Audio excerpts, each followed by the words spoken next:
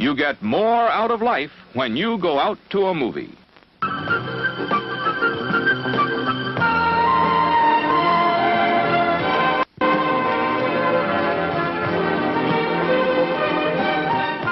And now, on with the show.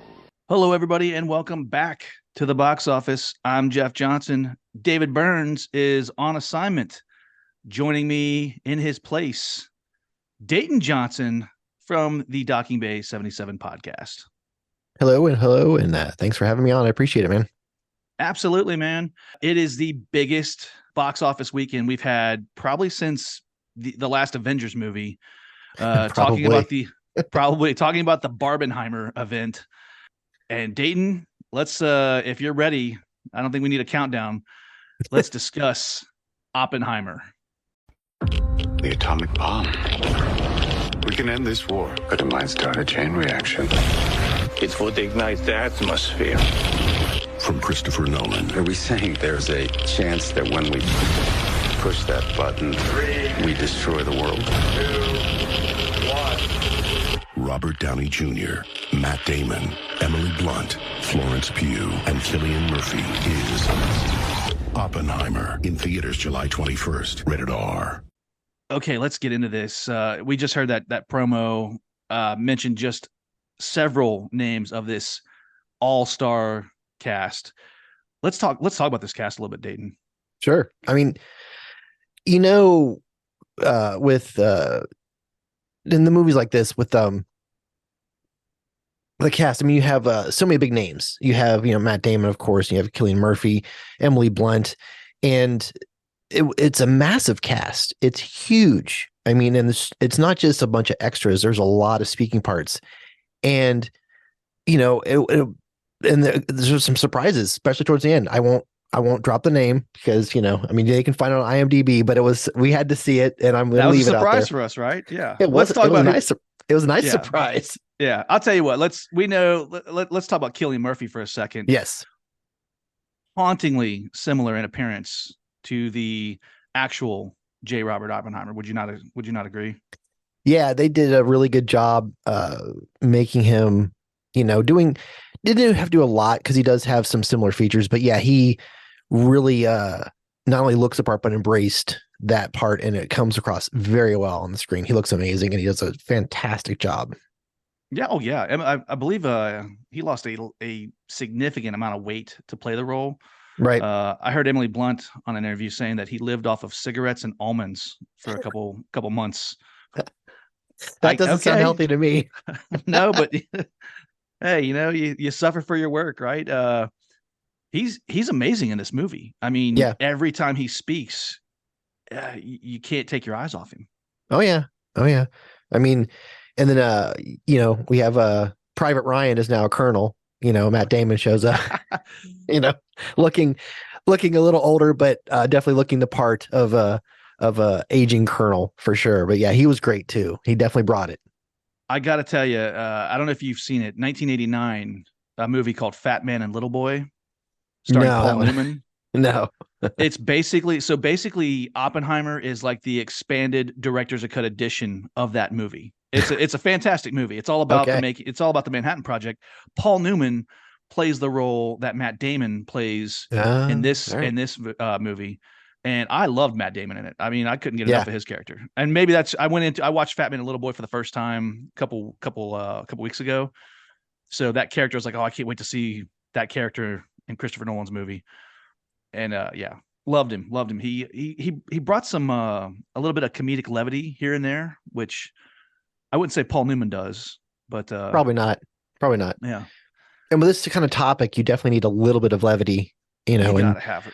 Yeah, sometimes, because it's such a serious subject. And when you're looking at, Christopher Nolan's always known for his casts. I mean, he's a fantastic filmmaker, but he always seems to get some great people in the movie and gets great performances out of all of them. It's not like just, a couple standouts, but man, Emily Blunt and Florence Pugh showing up, and it took me until the credits to I realized that was Tom Conti playing Albert Einstein. Every time he was on the screen, I'm like, wait, I know that face. Who the hell is that?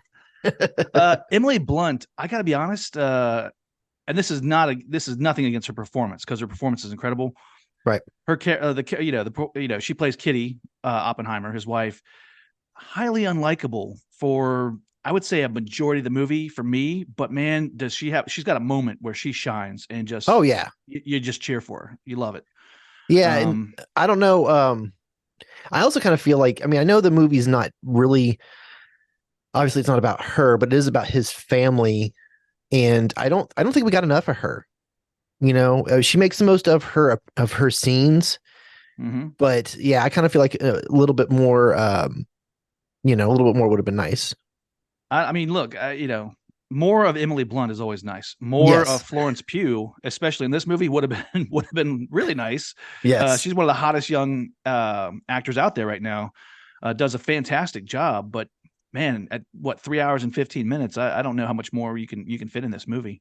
Yeah, and there was, like I said, it's a huge cast. I mean, and as we're watching it, people are popping on the screen. I'm like, wait, I know who that is. I mean, first, when Josh Hartnett come on the screen, I was like, wait, is that who I think that is? And I'm thinking, I haven't seen this guy in like what feels like 20 years. Hartnett's back, man. He looks fantastic. Yeah, he does. He really did a great job. He's not really known for being a strong actor, but he did a great job. You think back to like the late 90s when the rumors, there's like he was going to be our next Superman. Man, you could have had 10 Superman movies at this point with him, because he still looks incredible. Yeah, moving. I don't know. Like there's so many people, like you said, they keep popping up the screen. Matthew Modine, Kenneth Branagh, everyone is in this movie. It's Alden Ehrenreich. And we didn't even talk about RDJ. I mean, I know, right? Playing Louis Strauss. Yes, like you said, so many big names, and then the ones I enjoyed were the names, the little people. I'm like, wait a minute, I know who that is. So I just want to call out a couple of them because of the magnitude of the cast. It was fun to see some of these people in here, because you have Alex Wolff, known very well for Hereditary. He was also recently in Old, and of course got us started in the Naked Brothers band on Nickelodeon, which is just hilarious. Olivia Thirlby from Juno, and of course one of my favorite comic book adaptations, Dread. She was in that. Michael, I always mess up his name. Michael Angarano from Sky High. He played young William in Almost Famous. He plays Jack's son in Will and Grace, and he's also in Kevin Smith's very dark movie Red State. So you got some not so big names, but faces you kind of recognize. And of course, Josh Peck shows up, best known for playing Josh on Drake and Josh from Nickelodeon. It was just kind of like, hey, wait, I know that. A lot of people pop up in this movie that their faces are familiar, and they all do a great job. There's no lines wasted. There's no time wasted in this movie. It's fantastic. Not a bad performance, and I'll cut us both off right there, because if we continue to talk about this cast, this quick review will turn into an hour long thing. So not a bad performance in the bunch though. But no. The film itself, Dayton, I feel like everyone, you're going to this movie, you're expecting this big epic action event. This is a very slow paced, hard boiled drama. Almost like a mystery. Kind of reminded me of like if you like Oliver Stone's JFK, something along those lines, where it just really, it's like an onion, just you're peeling back layers and you're learning more and more. Feels more like that. What do you think? I think you're right, but what I noticed very much so was that you have a very dry topic. It's a historical film. You're talking about a time in our country, and the subject matter isn't exactly quote unquote exciting, but how Nolan shoots it and how he paces the editing, it's almost like he put together an action movie style into a drama. The camera's always moving, whether it's just a little subtle thing here or there. There's no stagnant shots. The editing is very quick. You move from scene to scene, and there's some sections just where they use the sound to set the moment and really punctuate stuff. And sometimes lack of sound does the same thing. This movie, for as long as it is, it never feels that long. And he puts together, it moves so well. And it's not an action movie. It's not a thriller, so to speak. It's not a science fiction epic. It's not, we're not in Gotham City. We're talking about a historical, time in this country and there's people around it. but it moves. It's fun to watch. It's beautiful to watch, and it's interesting, and he keeps it moving so you're never bored. And I think that's incredibly impressive considering the subject matter. It was great, so well put together. I agree, and I feel this is a fresh step for Christopher Nolan because we're so used to these big epic event films for him, where he kind of pulls the rug from under your feet at the end. He's got like a Shyamalan thing happening. This is more like you said. It's a biography. It's a slow burn. It's very informative, but yet the camera's always moving. So yep, can't disagree with you on that. One thing that you get in Nolan's films, you always get amazing music to go along with it. Yes. Ludwig Göransson's score for this, man, at times it's a lullaby and at times it's scary. Yeah, I wasn't 100% familiar with him, so I looked up other stuff he's done. Of course, he's worked with Nolan quite a bit, but of course he's also done Black Panther and stuff like that. So I'm like, wow, I can start thinking about that. I'm like, he did a great job on this one. It definitely, it does its job. It doesn't overpower any scenes. It complements everything that it needs to be. It doesn't tell you what to think. It doesn't tell you how to feel. It just works well with what's going on the screen. And that's, not always an easy thing to do. And you mentioned like the silence, how important the silence is sometimes in this movie. I wouldn't change a thing on that. Nope. Love the pacing, love the editing.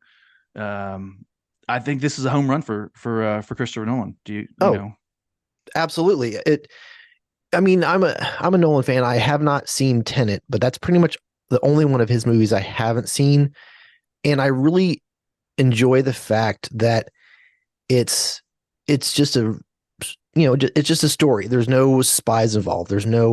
We're not, traveling from other, from planet to planet. We're not bending people's minds and going through their dreams. It's a straightforward story for the most part. Like you mentioned, we're peeling layers. We're trying to gather information, but I love the fact that he has said, you know what, I'm just going to tell a story without all the, without all the tricks. And he did such a great job. If I'll bet this movie gets every Oscar nomination it possibly can. And it will probably get the most this year. It'll have the most nominations because there's nothing in this movie that I can complain about. It's amazing. Well, I'll tell you what else is amazing. Get yourself a 4K Blu-ray copy of Tenet because you are missing out, my friend. I know. But back to this film.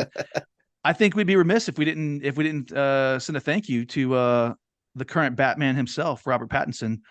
This movie doesn't even happen. It was kind of put on Nolan's radar, just based off of the idea that, hey, you haven't done a biography before, but it's actually at the wrap party for Tenet when Robert Pattinson gives him a book of Oppenheimer quotes and speeches. Really? So yeah. So he kind of went down the rabbit hole and said, "Yep, this is my next picture." So nice. Dayton, we saw it in a sold out IMAX crowd. Yes. I at know 10:30 in the morning. At 10:30 in the morning, sold out. I love it. Sold out. Love it. Yeah, all weekend long. This movie, so far this weekend, we're talking about the Barbenheimer event. This went head to head with Barbie. Let's just talk about Oppenheimer for a second. It's Nolan's third highest grossing opening weekend ever. Biggest thing for IMAX for Nolan that he's ever done.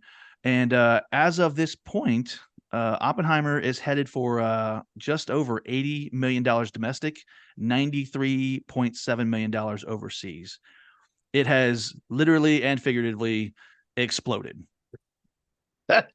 So I ask you, well played. Well played. Yeah. So I ask you, Dayton, what do you got for our listeners? Do they see it? Do they stream it? Or do they skip it? I could tell that.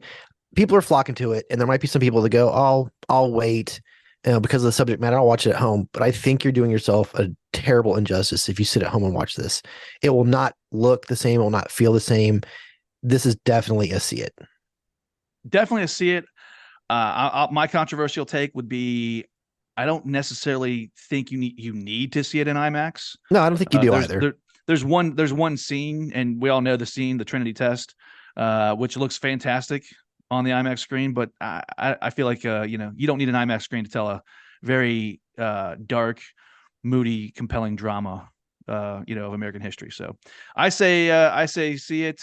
Dayton says see it.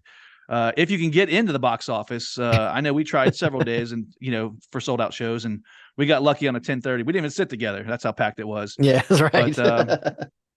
But yeah, definitely see this one. And as always, I'll buy the tickets. And if you're with Dayton, he'll buy the popcorn. That's right. We'll see.